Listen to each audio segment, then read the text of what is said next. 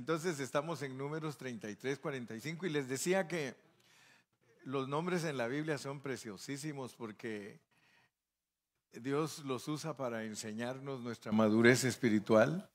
Le doy gracias a Dios por mi hermano Montalvo. Él esta semana le estuvo compartiendo a otra persona todo lo que Dios le ha mostrado a través de las jornadas.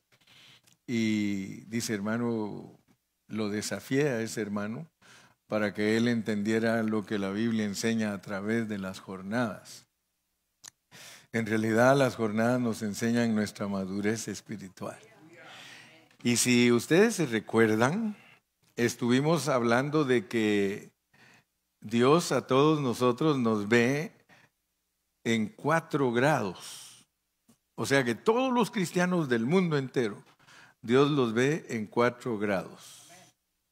Los ve como niños, como jóvenes o adolescentes, como padres o como abuelos. Ahora fíjense, eso es tremendo, porque no nos dan 4 Biblias, nos dan una Biblia. Y esa Biblia contiene el alimento para los niños, el alimento para los jóvenes, el alimento para los padres y el alimento para los ancianos. Yo siempre he predicado por muchos años que la Biblia tiene plenitud. O sea que la Biblia tiene plenitud de interpretación. Por lo cual podemos decir que tiene 7 planos interpretativos. Solo imagínense ustedes qué clase de libro es, porque no todos lo entienden igual. Esa es la razón por la cual la Biblia no la entienden todos igual. Porque si es niño, tiene que entenderla como niño. Si es adolescente o joven, tiene que entenderla como adolescente o como joven. Si es padre, tiene que entenderla como padre. Pero no estoy hablando de los curas, ¿eh? Estoy hablando del grado espiritual de todo cristiano. Y si está más crecido, como anciano, como abuelo. Ahora fíjense cómo es eso. Yo les voy a explicar ahorita, antes de empezar a estudiar, les voy a explicar cómo funciona eso, porque si ustedes se dan cuenta, en las iglesias nos tienen a todos juntos. Y aquí puede venir uno que no sabe nada de la Biblia y tenemos que alimentarlo. O sea que cuando sale esta palabra como alimento, a uno le va a llegar como leche, a otro le va a llegar como una pupusa, a otro como un steak, no, y a otro le va a llegar como una vianda, pero de toda clase, fajita, trío, fajita. Dice, cuando algunos van a comer, dame el trío, fajita, pollo, steak y shrimp. Y algunos no se conforman. ¿Y no le podrías poner una langostita por ahí? El combo. Ya se lo sabe la hermana Gloria. Fíjense pues, porque si nosotros no ponemos atención a esos asuntos, entonces nosotros no vamos a aprovechar lo que Dios nos da. Cuando una persona recién acepta a Cristo, Cristo nace en el corazón de ellos. Su corazón es un pesebre. Ahí nace Cristo, aunque sea una persona malvada, porque un pesebre está en un establo donde están los animales y apesta. Pero ahí nació Cristo, en el establo. Él nació en un pesebre, en donde están los bueyes y las ovejas y no hay muy buenos olores. Eso es significativo, o sea que cuando alguien acepta a Cristo, le nace Cristo en medio de toda esa hediondez y de toda esa pudrición. Pero si esa persona es sincera, deja que Cristo vaya creciendo en él y al rato es un Cristo que sabe hablar con los doctores. Aparece en la Biblia, lo que yo le estoy hablando aparece en la Biblia. Él aparece a los 12 años hablando con los doctores de la ley. Eso significa entonces que una persona que dejó que Cristo naciera en ella, pasado un poco de tiempo, esa persona ya posee un Cristo que es capaz de hablar con los doctores. Estamos hablando de un Cristo que ya fue al 6º año de primaria, ¿verdad? Pero si esa persona sigue creciendo, esa persona lo empiezan a identificar como un padre de familia. Ya esa persona comparte el evangelio, ya tiene hijos espirituales, ya los puede ir guiando. Y si sigue creciendo, llega a ser un anciano, no por edad, sino por conocimiento. Y ese ya tiene nietos. El abuelo ya no solo tiene hijos, tiene nietos. Y por eso ustedes ven que este asunto de la palabra de Dios es profundo. Entonces, les pongo este ejemplo porque vamos a seguirnos metiendo en las jornadas, pero me estoy introduciendo y siempre para poder poner bases de lo que vamos a hablar hay que hacer una buena introducción. Entonces, quiero que piensen en lo que estoy diciendo. Una Biblia para todos, un mensaje que se toma en manera distinta por todos. Y por eso cuando alguien viene digamos como principiante, hace poquito, el que no ha aceptado a Cristo viene todavía por allá por Chihuahua, ¿verdad? O más lejos, ¿verdad? Viene por Guatemala, dijo aquel. El que no ha aceptado a Cristo, pero el que ha aceptado a Cristo viene avanzando, como un viaje, porque así lo enfoca la Biblia. El crecimiento espiritual lo enfoca como un viaje. Entonces yo quiero que ustedes vean que cuando uno empieza a leer la Biblia, cuando uno recién comienza su vida cristiana, esa Biblia es bien bajita, bien bajita. Uno solo ve historias, mira personas, historias, batallas, viajes. ¿Sí o no? Ahora fíjense pues, Dios pone un huerto del Edén ahí en Génesis y pone ahí a Adán y a Eva. ¿Y qué les parece a ustedes que ahí dice que les prohibió que se comieran cierto fruto de un árbol? Les dijo, de todos los árboles pueden comer, pero del árbol del bien y el mal no pueden comer. ¿Y qué les parece a ustedes que comieron y los maldijo? Ustedes maldecirían a un hijo de ustedes si le prohíben que se coma las galletas que están haciendo y él no hace caso y se come las galletas. ¿Ustedes maldecirían a su hijo? Solo Selene dice que no, todos los demás se quedan callados. ¿Algunos de ustedes pueden decir que lo maldecirían? Entonces, ¿por qué Dios maldijo la tierra y los sacó a ellos del huerto del Edén? Fíjese que esa es una lección para niños. Para niños. Es lo mismo como que usted le quisiera decir a los niños chiquitos cómo nacen los niños, hermano. ¿Cómo les diría a usted cómo nacen los niños? Les diría, la cigüeña trae los niños. ¿Sí o no? ¿Se dan cuenta? Ahora, ustedes le pueden decir a su hijo cuando ya tiene 14 años que la cigüeña trae los niños. ¿Quién va a quedar mal? ¿Se dan cuenta pues que así es la Biblia?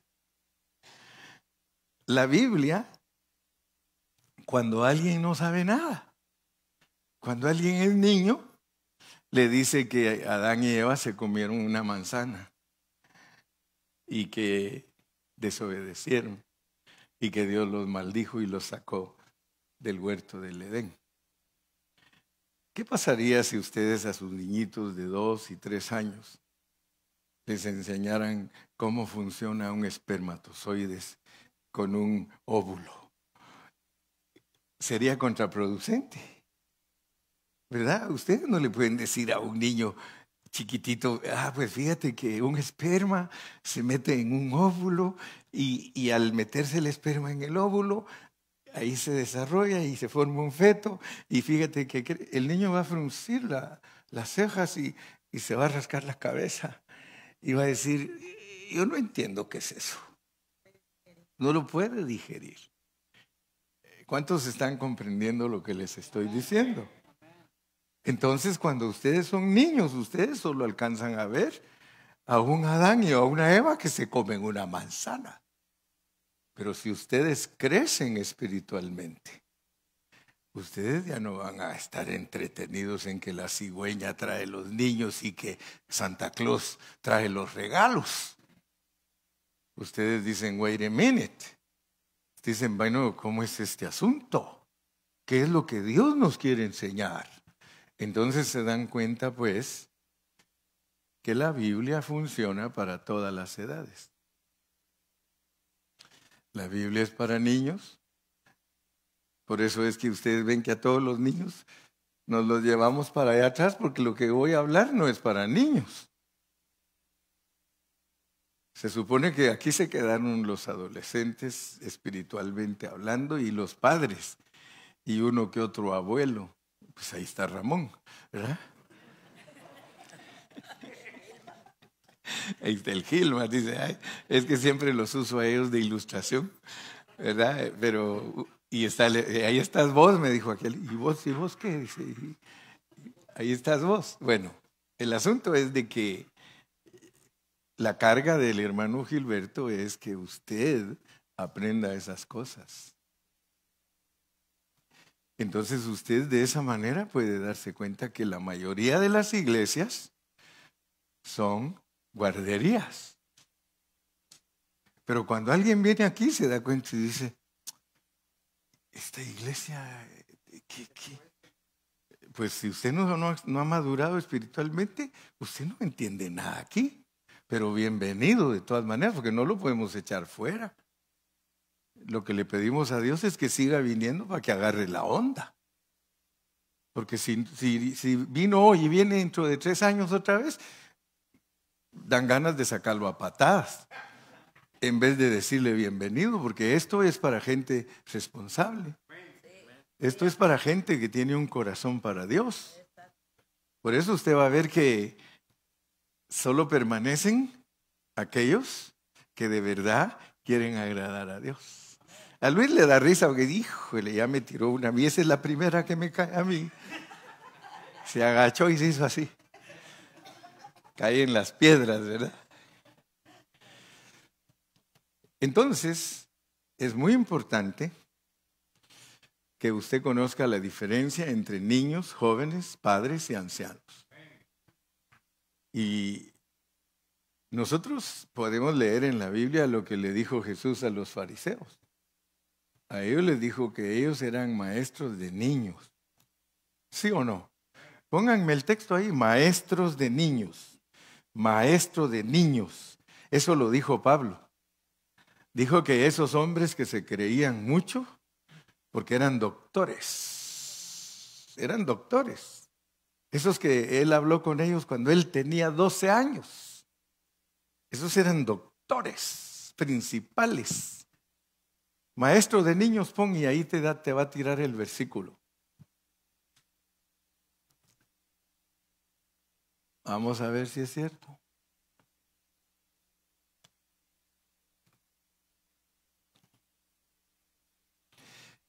Ahorita es prueba de la paciencia.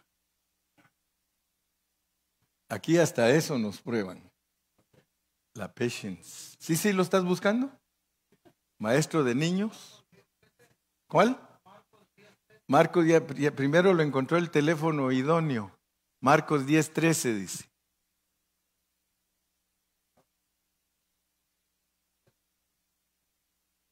Marcos, o también Romanos, o no. Romanos 2:20. No, ese presentaban niños, ese no es. Vamos a ver el otro.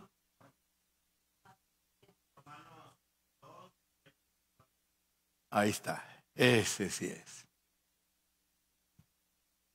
Instructor de los indoctos, maestro de niños, que tienes en la ley la forma de la ciencia y la verdad. Solo fíjese, ellos eran doctores, pero el Señor le dijo que todos sus alumnos eran niños. O sea que Pablo, aquí está hablando el apóstol Pablo, que era un fariseo de fariseos, que era un hombre instruido, lleno de letra, y les dice a ellos, a los fariseos, que ellos son maestros de niños. Entonces significa que, fíjense bien, porque los fariseos tipifican en la Biblia la religión. ¿Cuántos dicen amén? Los fariseos en la Biblia representan la religión. Si uno tiene esto como religión, porque ustedes saben que esto no es religión. El que tiene las cosas de la vida de Cristo como religión es un niño, porque él no alcanza a ver nada de los misterios y secretos que Dios tiene escondidos en su palabra. Él solo ve lo superficial de la letra. Se comió la manzana, pero el comerse la manzana significa algo espiritual. Por eso es que no se puede basar uno en lo superficial de la palabra. Y casi toda la palabra es parábola, casi toda, incluyendo los 2 testamentos. Y eso es preciosísimo, hermano. Porque entonces cuando uno entiende el hablar de Pablo, por eso les digo, el hablar de Pablo, si yo lo quiero entender como niño, hermano, me quedo peleando con toda la gente y quiero que hagan lo que la letra dice. ¿Se da cuenta para quién es la letra? Para los niños. Pero usted tiene que meterse debajo de la letra. Cuando usted se ponga a leer la Biblia, métase a nadar debajo de la letra, porque debajo de la letra están todos los secretos escondidos. Entonces usted, en vez de ver a una mujer y a un hombre comiéndose una manzana, usted se mete debajo de la letra y se asusta y dice, ¡ih! ¿Verdad?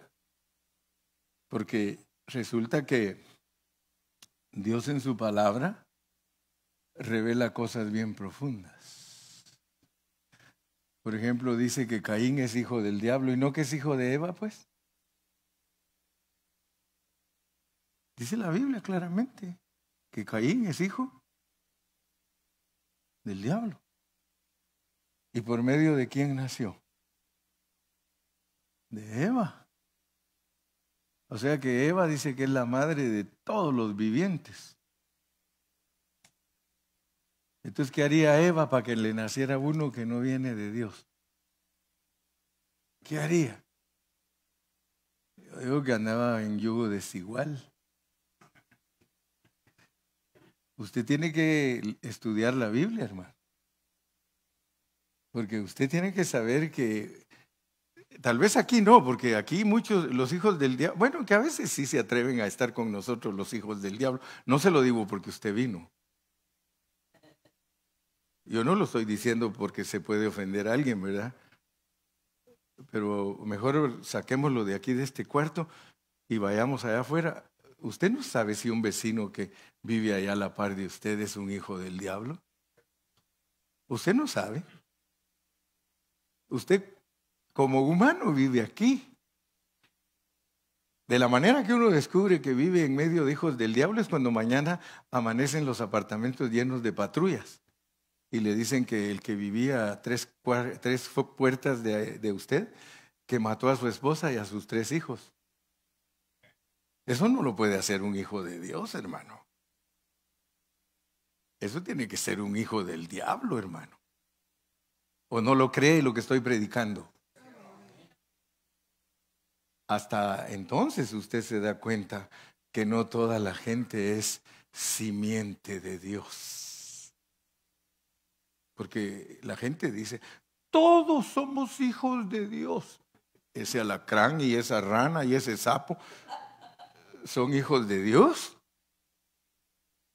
Si Dios guarde, le vayas a quitar tu parqueo en donde tú vives, si es vecino tuyo, y le quitas el parqueo y sale con la pistola y es capaz de matarte si se enoja.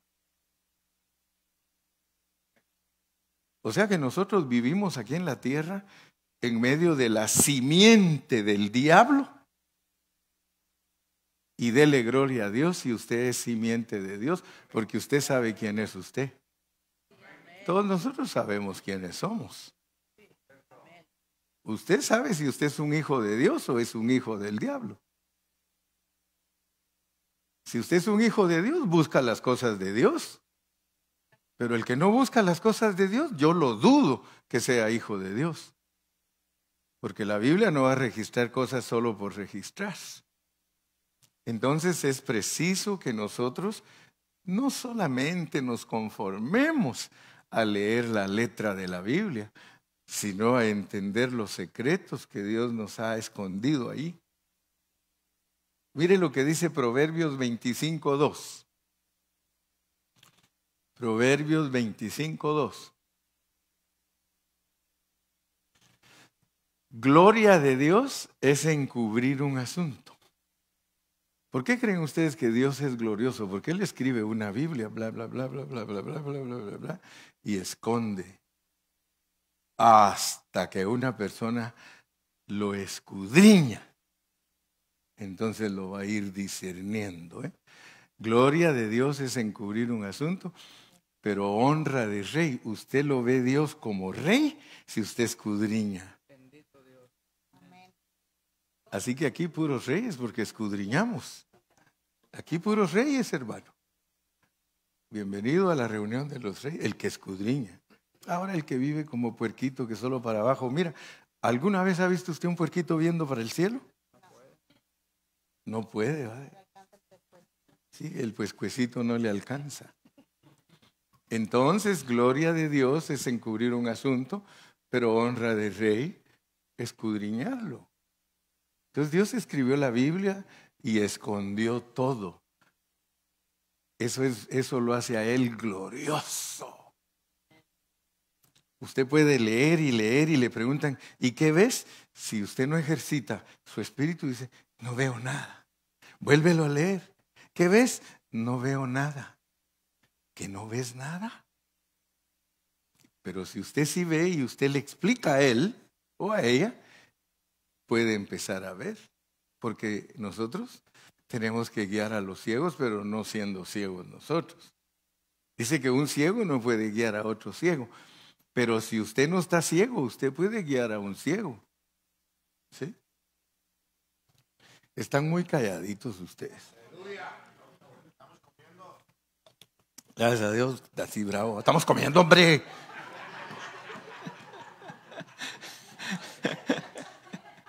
Está bueno, va a tocar. Estamos comiendo, hombre.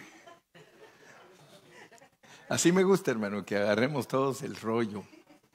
Entonces les dije que la jornada que estamos estudiando es la jornada número 39 y se llama Divón Gad. Divón Gad. No es ni solo Divón ni solo Gad. Y lo curioso es que nos dice que es en la frontera. Entonces nosotros entendemos esos términos. Nosotros entendemos que cuando estamos en un país, el último pueblo de ese país se llama tal y el siguiente tiene su otro pueblo. Eso es Divón Gad. Divón está en el lado de Moab y Gad está en el lado de Canaán. Entonces, esa jornada dice que nosotros salimos de Igea Barín y nosotros entendimos lo que era Igea Barín, que son circunstancias que nos pasan a nosotros en nuestra vida. O sea que Dios usa todos esos nombres para mostrarnos cosas que nos pasan a nosotros en nuestra vida. Y Él dice que nosotros salimos de Igea Barín y llegamos a Dibón Gad, y allí en Dibón Gad aprendimos primero lo que son las ruinas del pecado. Y el nombre Jai, que es ruinas, lo estudiamos cuando estuvimos hablando de Génesis, porque en determinado momento allí habitó Abraham frente a una ciudad de ruinas, frente a Jai. Allí visitó. Allí él experimentó lo que eran las ruinas del pecado. Luego vimos el punto segundo, que tiene que ver con las experiencias de la frontera. Y ahí aprendimos que nosotros como cristianos tenemos experiencias de frontera que son dejar una parte de nuestra vida y entrar a otra. Eso significa en la Biblia experiencias de frontera. O sea que estás dejando cierta clase de vida que vives para entrar a otra. Regularmente Dios nos saca de una situación negativa para meternos a una situación positiva. Por eso hay un dicho que hasta nosotros los hombres lo inventamos: no hay mal que dure 100 años, ni enfermo que lo soporte, ¿verdad? Porque cualquier enfermedad, cuando uno tiene ya 80, ya goodbye. Y dice, gracias a Dios que dejó de sufrir, dice, porque cómo sufría el pobre. Dice, sí, porque el que se enferma gravemente sufre, hermano. Se vuelve un infierno esta vida cuando le dicen que tiene cáncer y el cáncer se lo empieza a comer, hermano. Híjole, se sufre mucho, pero el cuerpo no aguanta por 100 años una enfermedad. La tuvo 5, 10 años y se fue. Entonces entendamos pues que Dios nos quiere instruir a nosotros en este nuestro viaje, en esta peregrinación que tenemos, porque nuestra vida es un viaje, es una peregrinación en la que somos probados. Somos probados. Nosotros como humanos tenemos de toda clase de pruebas. Si no te prueban que no hay para la renta, te prueban que te echaron del trabajo, y si no te prueban que te echaron del trabajo, te viene una enfermedad, y si no te curan los doctores, no le encuentran el mal, sufres, etcétera, etcétera, etcétera. Entonces, gracias a Dios pues que Dios nos enseñó lo que eran las experiencias de fronteras. Seguido a eso aprendimos que en las fronteras hay vacilación. O sea que allí es en la parte de nuestra vida que vacilamos, porque nos atormentamos a veces al estar en esas pruebas. Dice, bueno, y que inclusive algunos hasta le reclaman a Dios allí en esa parte donde hay vacilación, donde no trabaja la fe. Hasta dice, Señor, pero ¿por qué yo? ¿Por qué yo? Como se cree la mamá de Tarzán, ¿verdad? ¿Por qué yo, Señor? ¿Y por qué no? Imagínense ustedes a Jesucristo, si Jesucristo se hubiera puesto a reclamarle al Padre, ¿y por qué yo he de ir a la cruz? Imagínenselo a Cristo alegando con Dios, que vaya Pedro, que vaya Tomás. ¿Por qué yo, Señor, si soy tu Hijo amado, en el que encuentras complacencia? Porque muchos se creen como Cristo, ¿no? Señor, y tú, tu preferido, lo estás haciendo tu preferido, si es un diablo, ¿verdad? Entonces, en las experiencias de frontera hay vacilaciones. Ahí nosotros como que sí, como que no. Y especialmente estas vacilaciones tienen que ver con lo que Dios ha declarado, que tenemos victoria sobre toda potestad. Imagínense ustedes, imagínense que Dios nos dice a nosotros, tienes autoridad sobre toda potestad, sobre todo principado, sobre toda cosa negativa, tú tienes potestad. Y aún así nosotros, ¿será que voy? ¿Será que no voy? ¿Será que voy a poder? ¿Será que no voy a poder? Mire, yo soy una persona de fe y yo a veces me dicen, hermano Carrillo, ¿qué hacemos? Tírate al agua, hombre, hazlo. Pero es que, mire, pastor, hazlo, aviéntate por fe, hermano. Hazlo por fe. Dios abrirá puertas. Él sabe, porque si estamos dispuestos, si nosotros entendemos esta caminata, si entendemos que en el mundo tendremos aflicción, aprendamos a vivir por fe. Si todas las promesas están dadas, hermano, si Dios nos dice todo es para ti, no vaciles. Y especialmente uno vacila mucho cuando el diablo se opone, porque el diablo se opone a muchas cosas que nosotros queremos hacer.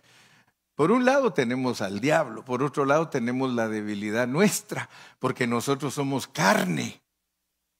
Y por el otro lado el mundo se nos queda viendo y nos apachurra el ojo. ¿Verdad que el mundo nos hace así? No te preocupes, aquí estoy yo. Aquí te espero con los brazos abiertos. ¿Sí? Ya pasa por la cantina, el último adiós. Ay. Sí, mire los nombres que le ponen. Y yo me acuerdo cuando yo estaba joven y me tocaba ir a trabajar lejos de casa y me tocaba pasar por una cadena de restaurantes, bares y todo, y da risa, hermano. Mire, a uno decía, aquí nadie pasa sin saludar al rey. Y ya en una cantina antes del cementerio dice, el último adiós.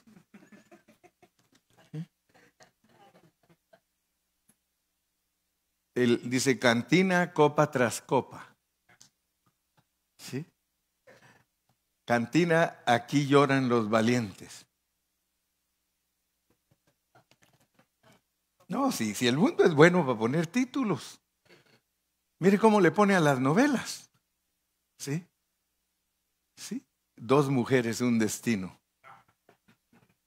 Sí. Y ahí es donde el diablo y el mundo le ofrecen todo. Y el otro, como es débil y vacilador y todo. Páseme una, compadre. Y la última, y nos vamos y en la noche amanece en el bote. Porque eso es lo que ofrece Satanás. En nuestra vacilación, nosotros nos ahogamos en todo lo que nos ofrece el enemigo y el mundo. Y como somos débiles, porque este asunto es carne, diablo y mundo. ¡Wow! Pero gracias a Dios, hermano, que Dios nos ha dado las armas para vencer. Y eso nos lleva al cuarto punto que vimos, que es frontera entre el alma y el espíritu. O sea que hablando ya la mera neta, la mera realidad espiritual es de que Dios nos tiene entre el alma y el espíritu y nos pone una frontera, alma y espíritu. Entonces, en la frontera dan ganas de regresar, pero Dios dice, no, es que yo no te llamé para que regreses, yo te llamé para que avances. Divón te llama, Divón es la carne, es el alma. Pero Gad, que no es G-O-D como God en inglés, que es Dios, sino que es Gad, que es una tribu de Israel. Era un hijo de una de las concubinas de Jacob. Ahora, noten ustedes, porque esas son historias. Yo les dije a ustedes, si ustedes solo leen la historia superficialmente, pues claro que van a saber historia, hermano. Van a saber dónde queda tal lugar, van a saber en el mapa dónde está. Pero si ustedes no ponen atención a lo que sucedió en esos lugares, para que usted y yo aprendamos nuestra lección, entonces nosotros no sacamos provecho de esa ilustración que Dios nos pone, y la Biblia se queda como un libro de niños, en vez de ser un libro de vida, un libro que nos transmita vida y que nos traslade del conocimiento a la experiencia. Porque ese es el objetivo de la Biblia, trasladarnos del conocimiento a la experiencia. Entonces nosotros, al darnos cuenta que estamos entre la frontera del alma y el espíritu, nosotros decimos, bueno, vamos a avanzar por fe. Vamos a lanzarnos a Gad. Y fíjense que son 42 jornadas. 42 jornadas y estamos en la 39. Estamos bien cerquita de poseer la tierra. esta jornada 39 nos ha traído el Señor desde la 1. Desde la jornada 1, jornada 2, jornada 3. Yo hice la cuenta y tenemos 8 meses estudiando las jornadas. Todos los días. Lunes, martes, miércoles, viernes y domingo. Lunes, martes, miércoles y domingo. Lunes, martes, miércoles y domingo. Y hemos venido jornada 1, jornada 2, jornada 3, jornada 4, jornada 5, jornada 6. ¿Qué ha hecho Dios en ti a través de escuchar todas estas jornadas que no son conocimiento, sino experiencia? ¿Qué has hecho tú? Entonces yo me alegro porque me decía un hermano Carrillo, a mí las jornadas Dios las ha usado para transformarme. Yo estoy siendo transformado. Yo siento que ya no soy el mismo. Yo estoy siendo transformado porque estas jornadas han dejado algo impregnado en mi ser. Está sellado mi ser con ellas. Entonces ahora nos pone entre la frontera del alma y el espíritu. O sea que todas esas 38 jornadas anteriores nos meten a la 39 para que en la 39 nosotros sepamos que Dios nos está llevando a un momento glorioso de nuestra vida si es que ponemos en práctica lo que aprendemos. Si no ponemos en práctica lo que aprendemos, entonces Dios no va a hacer nada en nosotros. Pero si ponemos en práctica lo que aprendemos, ahorita estamos en Dibón Gad, que es la frontera, porque ya Gad es la primera parte que se va a quedar allí. Esa parte del pueblo de Dios se quedó allí. Y saben por qué se quedaron, ¿verdad? Porque les gustó la tierra. Empezaron a ver que había verdura. Empezaron a ver que era tierra para tener su ganadito allí. Empezaron a ver que habían arroyos, empezaron a ver, y eso que no era la tierra prometida, sino la frontera. Y Dios les permitió, porque ellos tuvieron que derrotar a Sehón. Ahí estaba un rey que tenía mucha influencia. Allí había un rey que dominaba. Fíjese que ese lugar de allí, esa frontera, la obtenía el pueblo de Dios, era infiel y se la quitaban. ¿Eran infieles estos que la tomaban? El pueblo de Dios la volvía a tomar. Y así se mantenía. Todo el que era fiel tomaba la puerta. Entonces el pueblo de Dios que le gustó esa parte, tomaron esa parte y le dijeron a Moisés, Moisés, a nosotros nos gusta esta parte. ¿Qué significa eso? Significa que a muchos de nosotros hay determinados momentos en el que creemos que, wow, aquí está buenísimo. Y el Señor dice, faltan 3. Imagínense las otras 3 jornadas, ¿cómo nos va a desafiar Dios? Si aquí ya se ve la verdura, si aquí ya se ve la exuberancia, si aquí ya se ve la abundancia. Y todavía nos faltan 3. Y el Señor dice, ok, los voy a dejar ahí con una condición. Con una condición. Ustedes tienen que ir a ayudar a porque ustedes se quieren quedar aquí, pero resulta que sus hermanos tienen que tomar toda la tierra.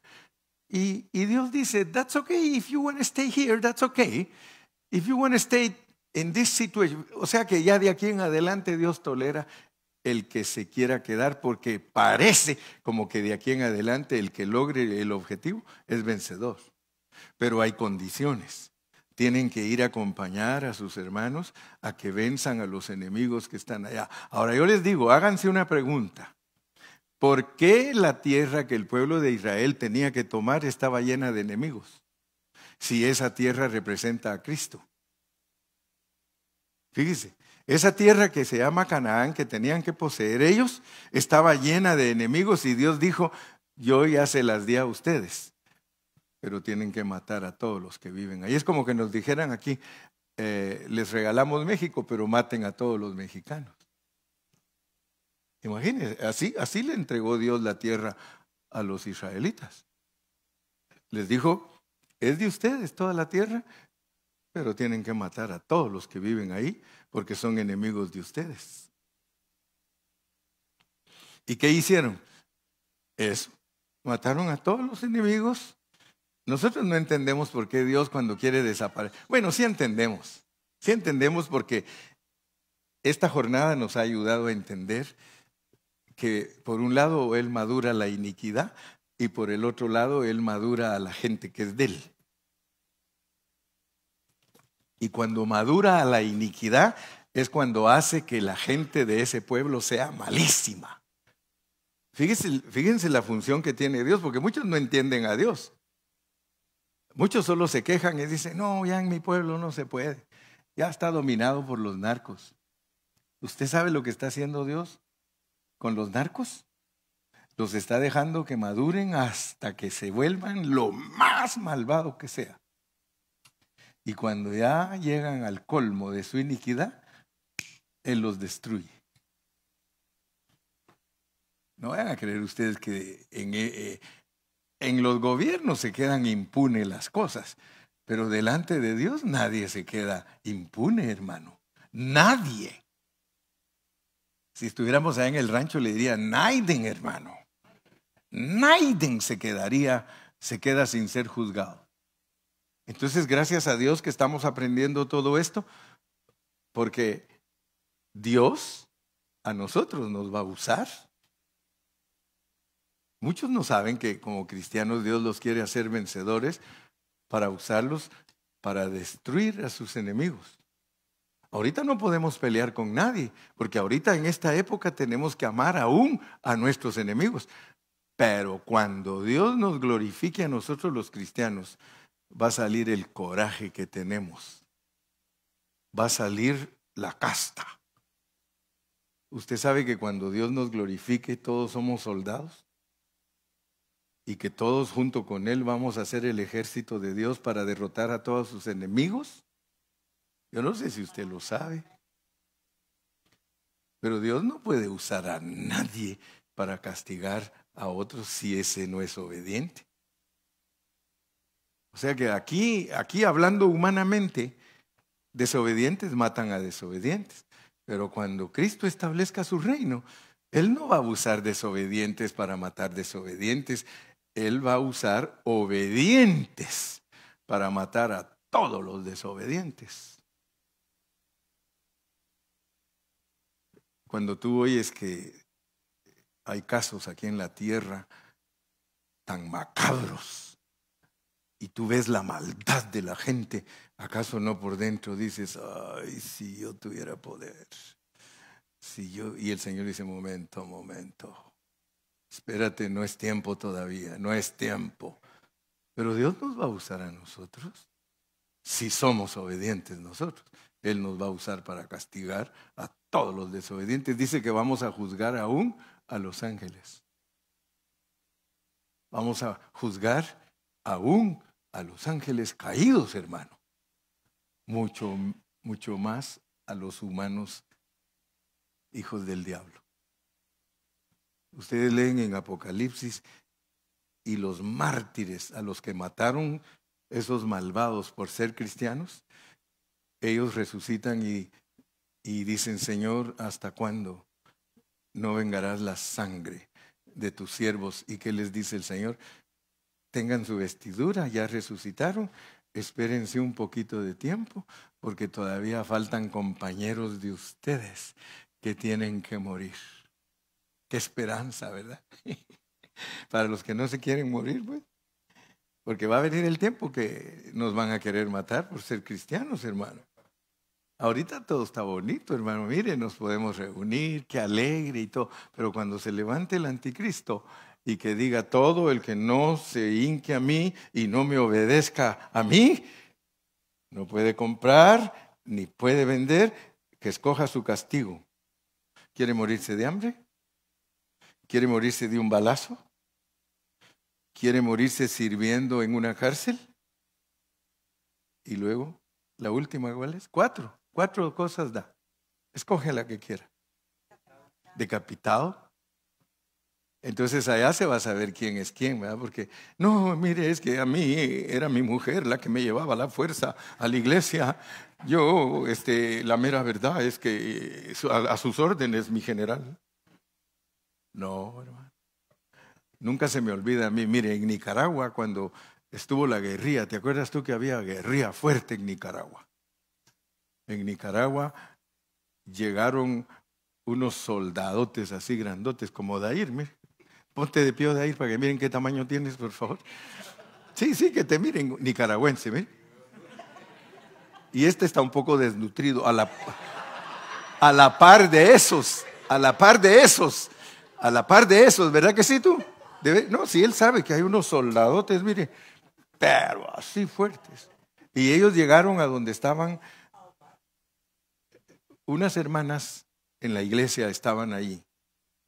Esto fue verídico, no les estoy contando ninguna mentira, delante de Dios, verídico. Ellos vinieron como 10 de esos soldados con sus ametralladoras y llegaron y entraron a esa iglesia y estaba ahí un grupito de hermanos y hermanas y ellos dijeron y cargaron sus ametralladoras. Dice, aquí queremos saber quién es cristiano. Dice, ¿y quién no es cristiano? Dice, si ustedes nos dicen que son cristianos, los vamos a matar. Pero si ustedes nos dicen que no son cristianos, nosotros los dejamos que se vayan. Así que vamos a dar 1 minuto para que se vayan todos los que no son cristianos. Hermano, y de aquella congregación se empezaron a levantar unos, otro y otro, y se fueron. Y ya le dijo al soldado, soldado, cierre esa puerta con candado. Dijo, porque vamos a matar a todos los que son cristianos. Y entonces se fueron como 20 hermanos. Se quedaron un grupito de 10. Dice, entonces les dijo el que estaba comandando, les dice, no se asusten, nosotros somos cristianos, pero queremos tener una reunión netamente cristiana. Por eso los que no son, que se vayan. Queremos tener una reunión, vamos a orar con ustedes, porque queremos orar con gente que es de verdad cristiana. ¿Imagínense? ¿Sí? Entonces les dijeron, vamos a hacer algo, dice, tírense todos al piso, porque antes de orar vamos a disparar aquí para allá afuera, dijo. Y vamos a hacer hoyos en las paredes para que ellos crean que ya los matamos a ustedes. Y sí, dispararon de allá adentro y salían las balas por la pared, dice, y todos aquellos asustados, tirados en el suelo viendo que salían balas, dice, ay, dice, nuestros hermanos murieron como deberían morir como cristianos y nosotros somos unos inútiles. Ay, la hermana Panchita, ay, la hermana Juanita, ay, el hermano Sergio, todos, dice, son el testimonio de Dios. ¿Y qué pasó? Dice, uno de ellos se suicidó allá afuera, hermano. Dijo, yo negué a Cristo. Un Judas se ahorcó. ¿Y cuál fue la sorpresa, hermano? Que cuando ya se fueron los soldados, agarraron sus camiones que tenían allá afuera y se fueron. Dijeron aquellos, vamos a recoger los cadáveres de nuestros hermanos. Estaban aquellos, gloria, gloria, aleluya. Resucitaron. ¿Qué pasó? No, dice, es que eran cristianos ellos. Y tuvimos una buena hora de cantos y oración y todo. ¿Cuántos de aquí son cristianos? Saquen las ametralladoras, Gilmar. Saquen las ametralladoras, Gilmar.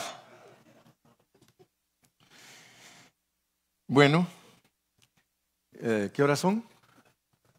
Yo creo que ya se me acabó el tiempo y solo hice un repaso de los 4 puntos que hemos estudiado, pero creo que ahora sí los agarró con mayor fuerza.